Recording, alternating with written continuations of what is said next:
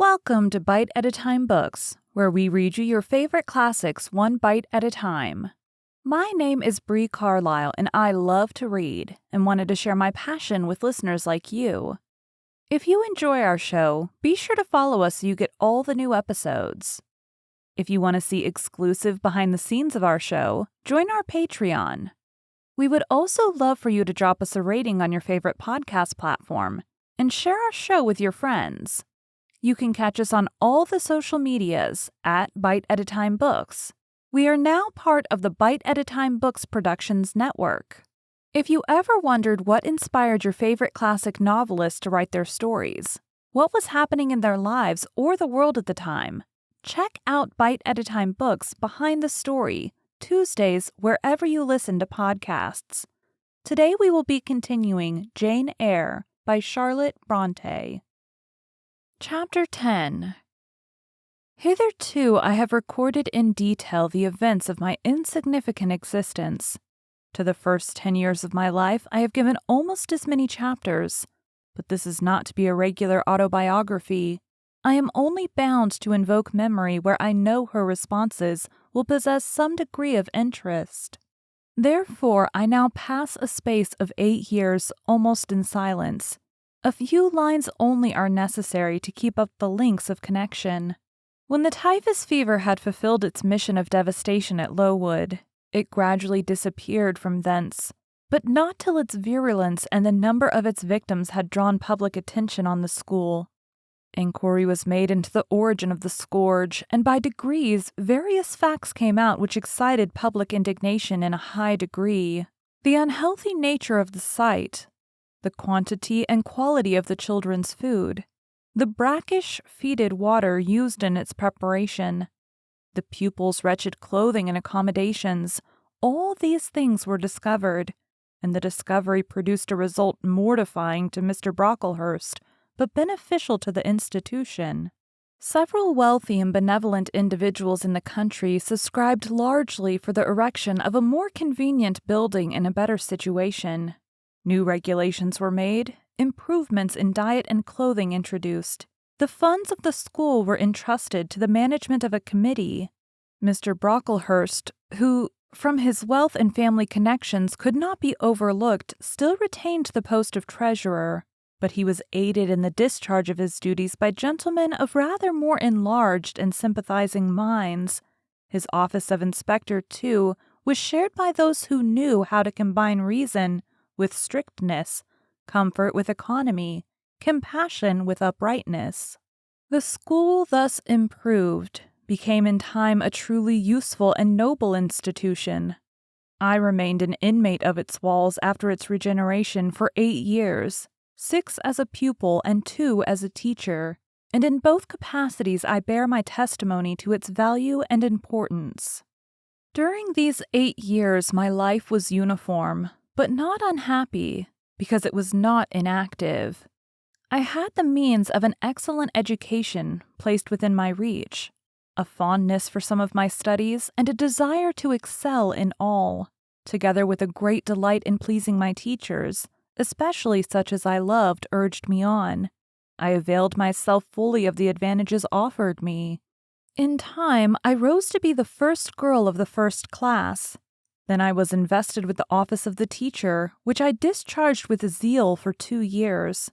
But at the end of that time, I altered.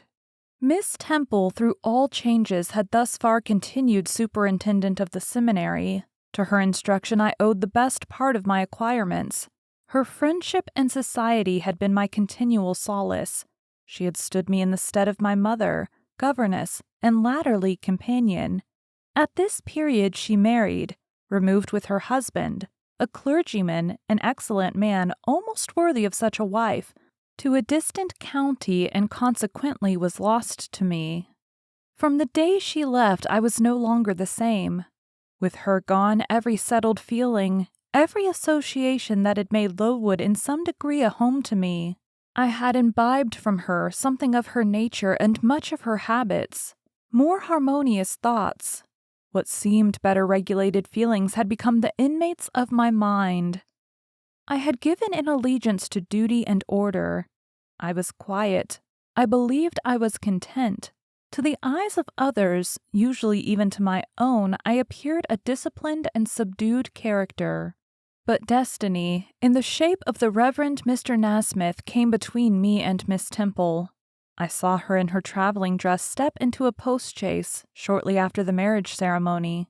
I watched the chaise mount the hill and disappear beyond its brow, and then retired to my own room, and there spent in solitude the greatest part of the half-holiday, granted in honor of the occasion. I walked about the chamber most of the time. I imagined myself only to be regretting my loss and thinking how to repair it.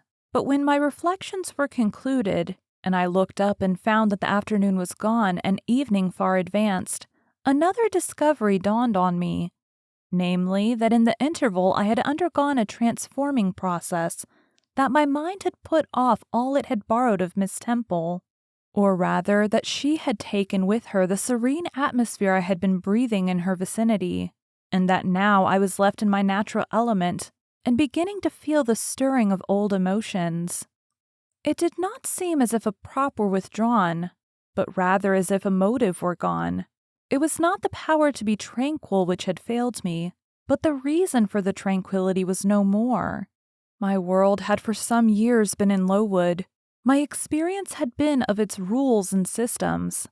Now I remembered that the real world was wide, and that a varied field of hopes and fears, of sensations and excitements, awaited those who had courage to go forth into its expanse, to seek real knowledge of life amidst its perils.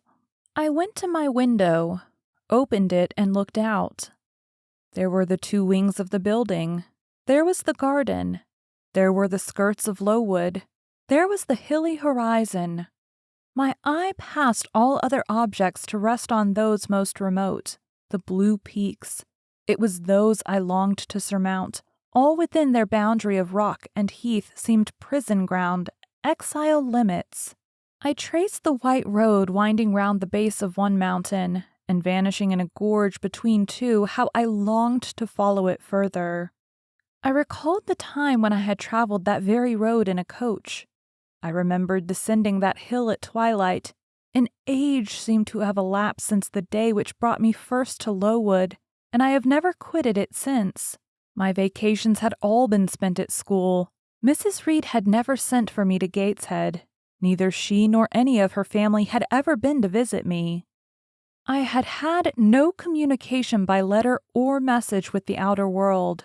School rules, school duties, school habits and notions, and voices and faces and phrases and costumes and preferences and antipathies, such as was what I knew of existence. And now I felt that it was not enough. I tired of the routine of 8 years in one afternoon. I desired liberty. For liberty I gasped. For liberty I uttered a prayer. It seemed scattered on the wind, then faintly blowing. I abandoned it and framed a humbler supplication. For change, stimulus. That petition, too, seemed swept off into the vague space. Then, I cried half desperate, grant me at least a new servitude. Here a bell, ringing the hour of supper, called me downstairs. I was not free to resume the interrupted chain of my reflections till bedtime. Even then a teacher who occupied the same room with me kept me from the subject to which I longed to recur by a prolonged effusion of small talk. How I wished sleep would silence her. It seemed as if, could I but go back to the idea which had last entered my mind as I stood at the window, some intentive suggestion would rise for my relief. Miss Gryce snored at last. She was a heavy Welshwoman. Until now her habitual nasal strains had never been regarded by me in any other light than as a nuisance. Tonight I hailed the first deep notes with satisfaction. I was debarrassed of interruption. My half-effaced thought instantly revived. A new servitude. There is something in that, I soliloquized. Mentally, be it understood, I did not talk aloud. I know there is, because it does not sound too sweet. It is not like such words as liberty, excitement, enjoyment. Delightful sounds truly, but no more than sounds for me, and so hollow and fleeting that it is a mere waste of time to listen to them. But servitude, that must be matter of fact. Anyone may serve. I have served here 8 years. Now all I want is to serve elsewhere. Can I not get so much of my own will? Is not the thing feasible? Yes.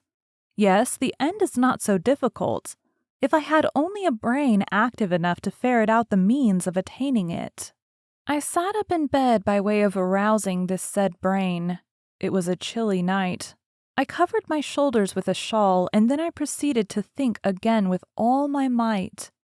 What do I want? A new place, in a new house, amongst new faces, under new circumstances.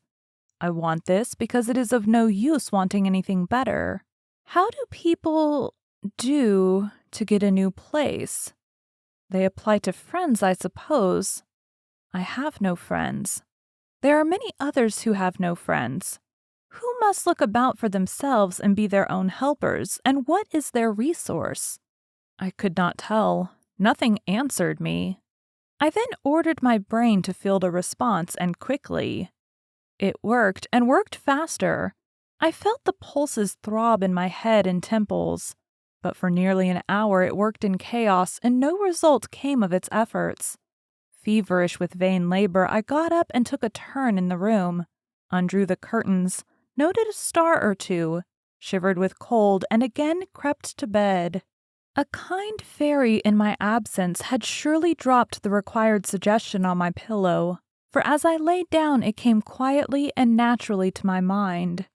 Those who want situations advertise. You must advertise in the Shire Herald. How? I know nothing about advertising. Replies rose smooth and prompt now. You must enclose the advertisement and the money to pay for it under a cover directed to the editor of the Herald. You must put it, the first opportunity you have, into the post at Loughton. Answers must be addressed to J.E. at the post office there. You can go and inquire in about a week after you send your letter, if any are come, and act accordingly. This scheme I went over twice, thrice. It was then digested in my mind. I had it in a clear, practical form. I felt satisfied, and fell asleep. With earliest day I was up. I had my advertisement written, enclosed, and directed before the bell rang to rouse the school. It ran thus. A young lady accustomed to tuition, had I not been a teacher 2 years, is desirous of meeting with a situation in a private family where the children are under 14. I thought that, as I was barely 18, it would not do to undertake the guidance of pupils nearer my own age. She is qualified to teach the usual branches of a good English education, together with French, drawing, and music. In those days, reader, this now narrow catalogue of accomplishments would have been held tolerably comprehensive. Address, J.E., Post Office, Loughton, Shire. This document remained locked in my drawer all day. After tea, I asked leave of the new superintendent to go to Loughton in order to perform some small commissions for myself and 1 or 2 of my fellow teachers. Permission was readily granted. I went. It was a walk of 2 miles, and the evening was wet, but the days were still long. I visited a shop or 2, slipped the letter into the post office, and came back through heavy rain with steaming garments, but with a relieved heart. The succeeding week seemed long. It came to an end at last, however, like all sublunary things, and once more, towards the close of a pleasant autumn day, I found myself afoot on the road to Loughton. A picturesque track it was, by the way, lying along the side of the beck and through the sweetest curves of the dale, but that day I thought more of the letters that might or might not be awaiting me at that little burge whither I was bound, than of the charms of the lay in the water. My ostensible errand on this occasion was to get measured for a pair of shoes, so I discharged that business first, and when it was done, I stepped across the clean and quiet little street from the shoemaker's to the post office. It was kept by an old dame who wore horn spectacles on her nose and black mittens on her hands. "Are there any letters for J.E.?" I asked. She peered at me over her spectacles, and then she opened a drawer and fumbled among its contents for a long time. So long that my hopes began to falter. At last, having held a document before her glasses for nearly 5 minutes, she presented it across the counter, accompanying the act by another inquisitive and mistrustful glance. It was for J.E. "Is there only one?" I demanded. "There are no more," said she, and I put it in my pocket and turned my face homeward. I could not open it then. Rules obliged me to be back by 8, and it was already 7:30. Various duties awaited me on my arrival. I had to sit with the girls during their hour of study. Then it was my turn to read prayers, to see them to bed. Afterwards I supped with the other teachers. Even when we finally retired for the night, the inevitable Miss Gryce was still my companion. We had only a short end of candle in our candlestick, and I dreaded lest she should talk till it was all burnt out. Fortunately, however, the heavy supper she had eaten produced a soporific effect. She was already snoring before I had finished undressing. There still remained an inch of candle. I now took out my letter. The seal was an initial, F. I broke it. The contents were brief. If J.E., who advertised in the Shire Herald of last Thursday, possesses the acquirements mentioned, and if she is in a position to give satisfactory references as to character and competency, a situation can be offered her where there is but one pupil, a little girl under 10 years of age, and where the salary is £30 per annum. J.E. is requested to send references, name, address, and all particulars to the direction Mrs. Fairfax, Thornfield, near Millcote, Shire. I examined the document long. The writing was old-fashioned and rather uncertain, like that of an elderly lady. This circumstance was satisfactory. A private fear had haunted me, that in thus acting for myself and by my own guidance, I ran the risk of getting into some scrape, and above all things I wished the result of my endeavors to be respectable, proper, and regal. I now felt that an elderly lady was no bad ingredient in the business I had on hand. Mrs. Fairfax. I saw her in a black gown and widow's cap, frigid, perhaps, but not uncivil, a model of elderly English respectability. Thornfield. That doubtless was the name of her house, a neat, orderly spot, I was sure, though I failed in my efforts to conceive a correct plan of the premises. Millcote, Shire. I brushed up my recollections of the map of England. Yes, I saw it, both the Shire and the town. Shire was 70 miles nearer London than the remote county where I now resided. That was a recommendation to me. I longed to go where there was life and movement. Millcote was a large manufacturing town on the banks of the A busy place enough, doubtless, but so much the better it would be a complete change at least. Not that my fancy was much captivated by the idea of long chimneys and clouds of smoke. But, I argued, Thornfield will probably be a good way from the town. Here the socket of the candle dropped and the wick went out. Next day, new steps were to be taken. My plans could no longer be confined to my own breast. I must impart them in order to achieve their success. Having sought and obtained an audience of the superintendent during the noontide recreation, I told her I had a prospect of getting a new situation, where the salary would be double what I now received, for at Lowood I only got 15 per annum, and requested she would break the matter for me to Mr. Brocklehurst, or some of the committee, and ascertain whether they would permit me to mention them as references. She obligingly consented to act as mediatrix in the matter. The next day she laid the affair before Mr. Brocklehurst, who said that Mrs. Reed must be written to, as she was my natural guardian. A note was accordingly addressed to that lady, who returned for answer that I might do as I pleased. She had long relinquished all interference in my affairs. This note went the round of the committee, and at last, after what appeared to me most tedious delay, formal leave was given me to better my condition if I could, and an assurance added that as I had always conducted myself well, both as teacher and pupil at Lowood, a testimonial of character and capacity, signed by the inspectors of that institution, should forthwith be furnished me. This testimonial I accordingly received in about a month, forwarded a copy of it to Mrs. Fairfax, and got that lady's reply, stating that she was satisfied and fixing that day fortnight as the period for my assuming the post of governess in her house. I now busied myself in preparations. The fortnight passed rapidly. I had not had a very large wardrobe, though it was adequate to my wants, and the last day sufficed to pack my trunk, the same I had brought with me 8 years ago from Gateshead. The box was corded, the card nailed on.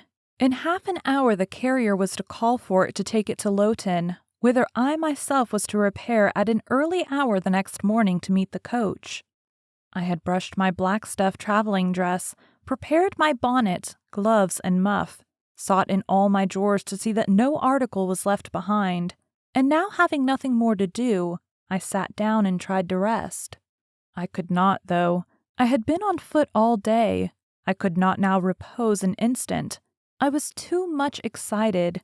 A phase of my life was closing tonight, a new one opening tomorrow. Impossible to slumber in the interval. I must watch feverishly while the change was being accomplished. "Miss," said a servant who met me in the lobby where I was wandering like a troubled spirit, "a person below wishes to see you." The carrier, no doubt, I thought, and ran downstairs without inquiry. I was passing the back parlor on teacher's sitting room, the door of which was half open to go to the kitchen, when someone ran out. "It's her, I am sure. I could have told her anywhere," cried the individual who stopped my progress and took my hand. I looked. I saw a woman attired like a well-dressed servant, matronly, yet still young, very good-looking, with black hair and eyes and lively complexion. "Well, who is it?" she asked in a voice and with a smile I half recognized. "You've not quite forgotten me, I think, Miss Jane?" In another second I was embracing and kissing her rapturously. "Bessie! Bessie! Bessie!" That was all I said, whereat she half laughed, half cried, and we both went into the parlor. By the fire stood a little fellow of 3 years old in plaid frock and trousers. "That is my little boy," said Bessie directly. "Then you are married, Bessie?" "Yes, nearly 5 years since to Robert Levin, the coachman, and I've a little girl besides Bobby there that I've christened Jane." "And you don't live at Gateshead?" "I live at the lodge the old porter has left." "Well, and how do they all get on? Tell me everything about them, Bessie, but sit down first. And Bobby, come and sit on my knee, will you?" But Bobby preferred sidling over to his mother. "You're not grown so very tall, Miss Jane." "Nor so very stout," continued Mrs. Levin. "I dare say they haven't kept you well at school. Miss Reed is the head and shoulders taller than you are, and Miss Georgiana would make 2 of you in a breadth." "Georgiana is handsome, I suppose, Bessie?" "Very. She went up to London last winter with her mamma, and there everybody admired her, and a young lord fell in love with her, but his relations were against the match, and what do you think? He and Miss Georgiana made it up to run away, but they were found out and stopped. It was Miss Reed that found them out. I believe she was envious, and now she and her sister lead a cat and dog life together. They are always quarreling." "Well, and what of John Reed?" "Oh, he is not doing so well as his mamma could wish. He went to college and he got plucked, I think they call it, and then his uncles wanted him to be a barrister and study the law. But he is such a dissipated young man they will never make much of him, I think." "What does he look like?" "He is very tall. Some people call him a fine-looking young man, but he has such thick lips." "And Mrs. Reed?" "Mrs. looks stout and well enough in the face, but I think she's not quite easy in her mind. Mr. John's conduct does not please her. He spends a deal of money." "Did she send you here, Bessie?" "No, indeed, but I have long wanted to see you, and when I heard that there had been a letter from you and that you were going to another part of the country, I thought I'd just set off and get a look at you before you were quite out of my reach." "I'm afraid you are disappointed in me, Bessie." I said this laughing.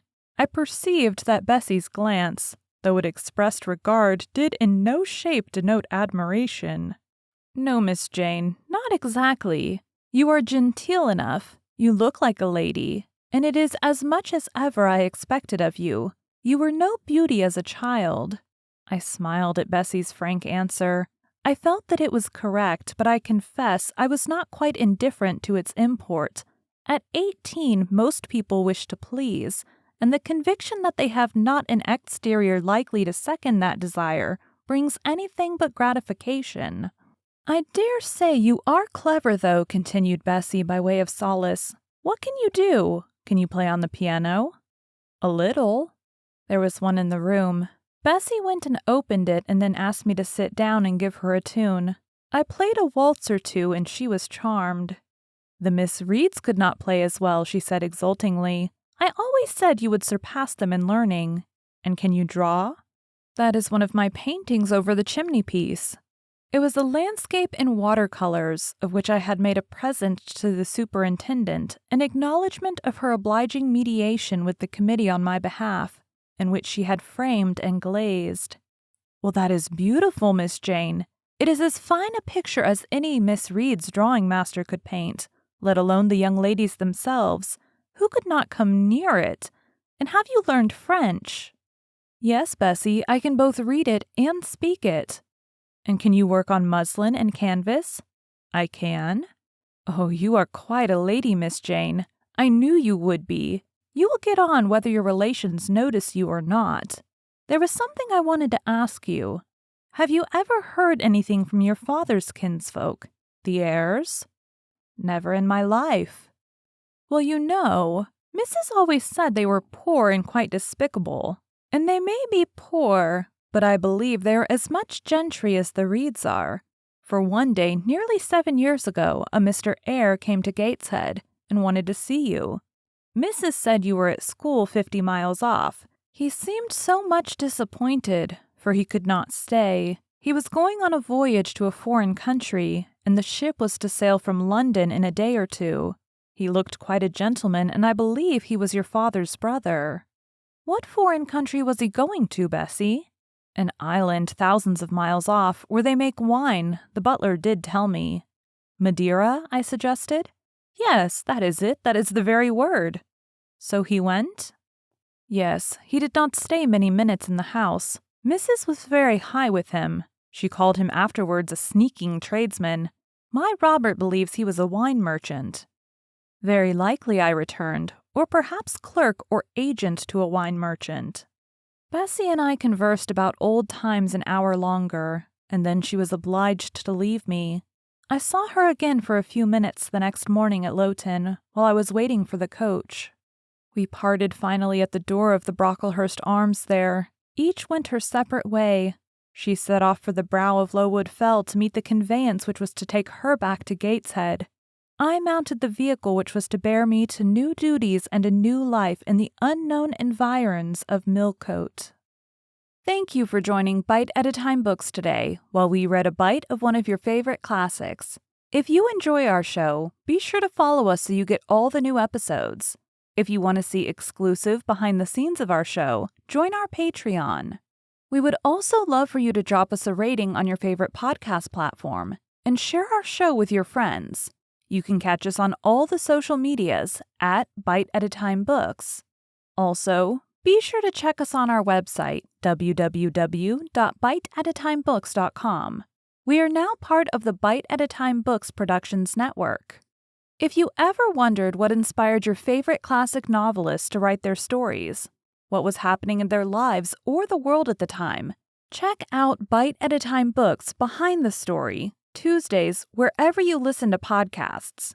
Again, my name is Bree Carlile, and I hope you come back tomorrow while we take the next bite of Jane Eyre.